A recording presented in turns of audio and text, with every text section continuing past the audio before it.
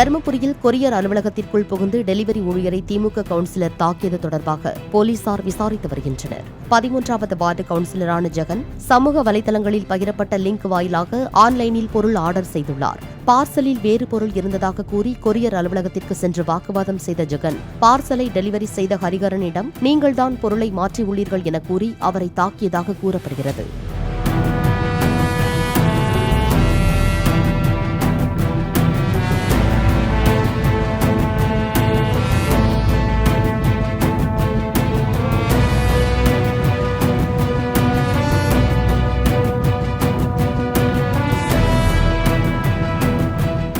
Play store மற்றும் app ஸ்டோரில் இருந்து பாலிமர் செயலியை QR கோடு மூலம் பதிவிறக்கம் செய்யுங்கள்.